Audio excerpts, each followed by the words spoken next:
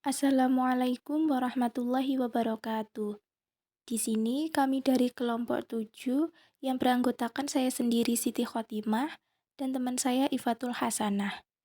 Kami akan menjelaskan materi dengan judul Manajemen Resiko di Perbankan Syariah.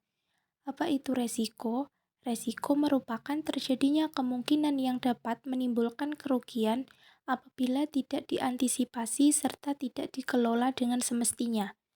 Poin pembahasan yang akan kami bahas yang pertama tentang resiko reputasi, kedua problematika sumber daya manusia, ketiga reputasi bank, keempat syariah governance, kelima kepercayaan nasabah, dan yang keenam pengoptimalan manajemen resiko kredit. Poin pertama yaitu resiko reputasi. Reputasi merupakan suatu gambaran publik tentang sesuatu yang telah dikerjakan oleh orang lain atau suatu organisasi seperti lembaga perbankan. Adapun cara untuk memulihkan reputasi bank yang turun, diantaranya yang pertama, identifikasi penyebab turunnya reputasi dan faktor-faktor pendorong naiknya reputasi. Perlu mengidentifikasi persepsi mana saja yang bisa dikontrol dan dikelola, seperti membuat kebijakan, aturan, dan prosedur yang tepat untuk menangani resiko reputasi, sehingga pemulihan kepercayaan nasabah bisa diraih. Yang kedua, pertimbangan dan komunikasi. Mempertimbangkan persepsi publik untuk tiap keputusan yang hendak diambil. Membangun komunikasi secara terus-menerus dan periodik dengan seluruh pemangku kepentingan guna menjaga kepercayaan. Sampaikan kondisi perbankan secara transparan dan akurat. Bangun juga komunikasi dengan mengakui kesalahan yang terjadi dan mengekspresikan peduli akan kejadian yang terjadi. Bank harus mempunyai komitmen kuat untuk mengatasi masalah-masalah yang terjadi dengan mengutamakan kepentingan berbagai pihak. Karena itu, bank harus mampu mengontrol situasi secara cepat dan profesional dan selalu meningkatkan kewaspadaan supaya tidak ada situasi yang dimanfaatkan pihak-pihak lain yang tidak bertanggung jawab. Yang kedua, meningkatkan kualitas sumber daya manusia pada bank syariah.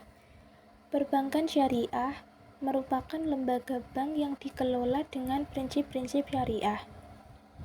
Perkembangan bank-bank syariah di Indonesia tentunya harus ada dukungan dari manajemen sumber daya manusia yang berkualitas. Sebab tidak mungkin suatu bank syariah dapat mencapai kesuksesan tanpa manajemen sumber daya manusia yang berkualitas. Problema yang dihadapi bank syariah yaitu persoalan sumber daya manusia. Banyaknya perbankan syariah di Indonesia yang tidak diimbangi dengan sumber daya manusia yang memadai, seperti kurangnya sumber daya manusia yang memiliki latar belakang pengetahuan dalam bidang perbankan syariah, kurangnya akademisi perbankan syariah, di mana banyak pendidikan yang lebih berorientasi pada pengenalan ekonomi konvensional daripada ekonomi Islam, yang menyebabkan perhatian terhadap ekonomi Islam, khususnya perbankan syariah, terabaikan dan kurang mendapatkan perhatian. Dalam meningkatkan kualitas dan kuantitas sumber daya manusia bank syariah dapat dilakukan dengan beberapa cara. Pertama, pengembangan sistem pendidikan. Peningkatan kualitas sumber daya manusia di bidang perbankan syariah salah satunya perlu mengembangkan sistem pendidikan yang mengintegrasikan teori dan praktik perbankan syariah dalam rangka meningkatkan integritas bank syariah di tengah-tengah masyarakat. Yang kedua, perlunya upaya yang lebih progresif dari semua pihak terhadap keberadaan dan pengembangan bank syariah, baik dari kalangan pemerintah, ulama, praktisi perbankan, terutama kalangan akademisi. Yang ketiga, memberikan kesempatan seluas-luasnya kepada bank konvensional untuk membuka kantor cabang syariah yang mampu secara legalitas maupun materi untuk mendirikan bank umum syariah di seluruh pelosok negeri. Yang keempat, melakukan pelatihan teknis yang diselenggarakan secara internal oleh bank atau kursus-kursus singkat yang diselenggarakan oleh lembaga-lembaga pelatihan perbankan syariah. Yang ketiga, pengelolaan resiko reputasi bank syariah. Bank Islam merupakan lembaga keuangan yang berpijak di atas kaidah syariah yang mengadopsi nilai-nilai Islam. Bank syariah harus selalu menjunjung tinggi nilai keislaman kepada masyarakat. Jika masyarakat melihat bahwa bank syariah tidak sesuai dengan nilai Islam, maka masyarakat akan beranggapan bahwa bank syariah sama saja dengan bank konvensional. Resiko reputasi suatu bank merupakan kumpulan citra bank yang mencerminkan persepsi publik terkait tindakan-tindakan suatu bank.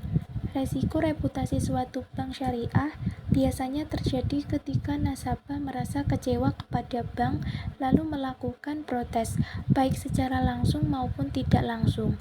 Oleh karena itu, bank syariah harus memiliki manajemen reputasi yang baik. Adapun pengelolaan resiko reputasi dalam bank syariah yaitu pertama, optimalkan unit pengaduan nasabah. Optimalkan unit pengaduan nasabah di mana setiap pengaduan nasabah harus segera ditindaklanjuti. Kedua, optimalisasi peran public relation. Peran public relation adalah untuk merancang dan mengorganisir strategi komunikasi yang berisi pesan-pesan yang tepat untuk nasabah dalam menjaga reputasi dan meminimalisir resiko reputasi. Ketiga, menjunjung tinggi kaidah syariah. Penerapan kaidah syariah tidak hanya pada produk dan layanan, tetapi juga pada perilaku sumber daya manusia bank syariah. Resiko reputasi tidak akan terjadi di bank syariah jika bank syariah menerapkan prinsip keadilan, transparansi, akuntabilitas, dan responsibilitas. Baiklah, saya akan membacakan materi yang selanjutnya, yaitu tentang syariah governance. Istilah syariah governance dalam penelitian ini dikembangkan dari konsep good corporate governance dan syariah compliance. Good corporate governance adalah pengaturan dan hubungan institusional yang mengarahkan dan mengendalikan suatu perusahaan. Dalam hal ini terdapat 5 prinsip utama, yaitu yang pertama ada keterbukaan, yang kedua ada akuntabilitas, yang ketiga ada tanggung jawab, dan yang keempat ada independensi, dan yang terakhir adalah keadilan. Corporate governance merupakan konsep yang diajukan demi peningkatan kinerja perusahaan melalui supervisi atau monitoring kinerja manajemen dan menjamin akuntabilitas manajemen terhadap stakeholders dengan mendasarkan pada kerangka perusahaan dan peraturan. Tercapainya pengelolaan perusahaan yang lebih transparan bagi semua pengguna laporan keuangan merupakan tujuan dari konsep ini. Oleh karena itu, apabila konsep ini diterapkan dengan baik, maka diharapkan pertumbuhan ekonomi akan terus meningkat seiring dengan kinerja perusahaan dan transparansi pengelolaan perusahaan akan makin baik dan nantinya menguntungkan banyak pihak. Diskusi tentang produk dan instrumen investasi ini sering digali. Namun, ada satu hal penting yang bagi perkembangan perbankan syariah atau lembaga keuangan lainnya, yaitu pelaksanaan good corporate governance dalam tubuh institusi syariah. Apakah dengan mengusung nama perbankan syariah atau lembaga keuangan syariah, maka secara otomatis menjamin telah mengimplementasikan good corporate governance dalam lembaganya? Data lain menunjukkan bahwa sebuah studi penelitian tentang pelaksanaan corporate governance yang dilakukan oleh IRTI di perbankan syariah menunjukkan pelaksanaan good corporate yang baik. Adapun syariah compliance adalah ketaatan bank syariah terhadap prinsip-prinsip syariah. Temuan menarik dari penelitian Capra dan Ahmed tahun 2002 juga menandakan hal itu. Dalam ajaran Islam, kelima prinsip-prinsip pokok di atas sesuai dengan norma dan nilai Islami dalam aktivitas dan kehidupan sebagai seorang Muslim.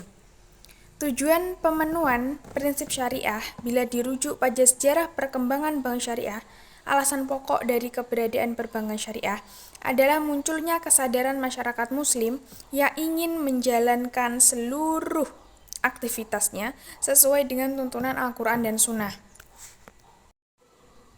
Oleh karena itu, semua jaminan mengenai pemenuhan terhadap syariah dan seluruh aktivitas pengelolaan dana nasabah oleh bank syariah merupakan hal yang sangat penting dalam kegiatan usaha bank syariah. Materi yang selanjutnya yaitu tentang kepercayaan nasabah. Kepercayaan menjadi aspek penting bagi sebuah komitmen atau janji, dan komitmen hanya dapat direalisasikan jika suatu saat berarti.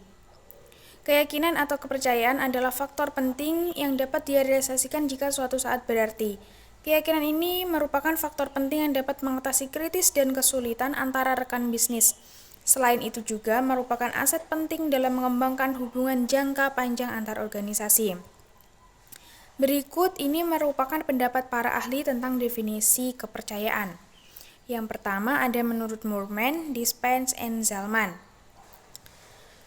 Kepercayaan yang dimaksud di sini merupakan sebuah keinginan menggantungkan diri pada mitra bertukar yang dipercayai. Definisi lain yaitu menurut Rampel, Holmes, dan Zana, merupakan kepercayaan yang merupakan rasa percaya diri seseorang yang akan ditemukan berdasarkan hasrat dari orang lain daripada kekuatan dirinya sendiri. Yang selanjutnya yaitu menurut Morgan dan Hahn, berpendapat bahwa ketika suatu pihak mempunyai keyakinan bahwa pihak lain yang terlibat dalam pertukaran mempunyai reliabilitas dan integritas, maka dapat dikatakan ada kepercayaan. Yang selanjutnya yaitu menurut Lau dan Lee, mendefinisikan kepercayaan sebagai kesediaan atau willingness seseorang untuk mengembangkan dirinya pada pihak lain dengan resiko tertentu. Kepercayaan ini menjadi merek terbentuk dari pengalaman masa lalu dan interaksi sebelumnya. Yang selanjutnya yaitu menurut Anderson dan Narus dalam Aydin dan Ozer, menekankan bahwa trust terjadi ketika suatu kelompok percaya bahwa tindakan kelompok yang lain akan memberikan hasil yang positif baginya.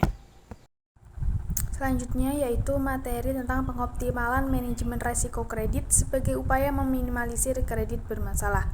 Pengertian manajemen risiko telah dirumuskan di dalam pasal 1 angka 5 Peraturan Bank Indonesia nomor 11 tentang perubahan atas Peraturan Bank Indonesia nomor 5 tentang penerapan manajemen risiko bagi bank umum, yang menyatakan bahwa manajemen risiko adalah serangkaian metodologi dan prosedur yang digunakan untuk mengidentifikasi, mengukur, memantau, dan mengendalikan risiko yang timbul dari seluruh usaha bank. Manajemen bank dalam memberikan kredit harus didasarkan atas perencanaan, pengorganisasian, pengarahan, dan pengawasan yang maksimal. Manajemen kredit yang perlu dioptimalkan dalam pelaksanaan untuk meminimalisir kredit bermasalah yakni yang pertama yaitu perencanaan kredit. Perencanaan kredit perlu menunjukkan perumusan tujuan bank yang jelas, menetapkan sasaran, dan menyusun strategi yang digunakan untuk mempermudah dalam mencapai tujuan, yaitu dilunasinya semua pinjaman oleh debitur, meminimalisir kredit bermasalah. Yang kedua yaitu pengorganisasian. Dalam pengorganisasian, bank tentu telah mendapatkan tugas dan wewenang masing-masing karyawan sesuai dengan keahlian masing-masing, yang menunjukkan bagaimana karyawan bank bertugas sesuai tugas dan wewenangnya sebaik mungkin. Dalam penyaluran kredit, analisis kredit terhadap pengajuan kredit sangat penting, maka karyawan yang bertugas dalam hal analisis harus teliti untuk memilih pengajuan kredit yang layak direalisasi agar tidak terjadi kredit bermasalah. Yang selanjutnya yaitu tentang pelaksanaan pemberian kredit. Pelaksanaan pemberian kredit meliputi realisasi pemberian kredit di mana pengajuan kredit yang telah dilakukan lalu dianalisis menggunakan analisis 5C. Yang selanjutnya yaitu pengawasan kredit. Kredit yang telah direalisasikan dilakukan pengawasan secara berkesinambungan agar tidak terjadi kredit bermasalah dikarenakan kurangnya perhatian dan pemantauan dari pihak bank. Pengawasan dapat dilakukan secara langsung dengan mengunjungi tempat di mana atau melalui telepon. Sedangkan pengawasan tidak langsung dilakukan dengan melihat laporan keuangan, pemantauan rekening pembayaran terhadap pembayaran angsuran kredit debitur, mereview file kredit setiap 3 bulan sekali. Itu tadi pemaparan materi terkait manajemen risiko di perbankan syariah. Cukup sekian dari kami, kurang lebihnya mohon maaf. Wassalamualaikum warahmatullahi wabarakatuh.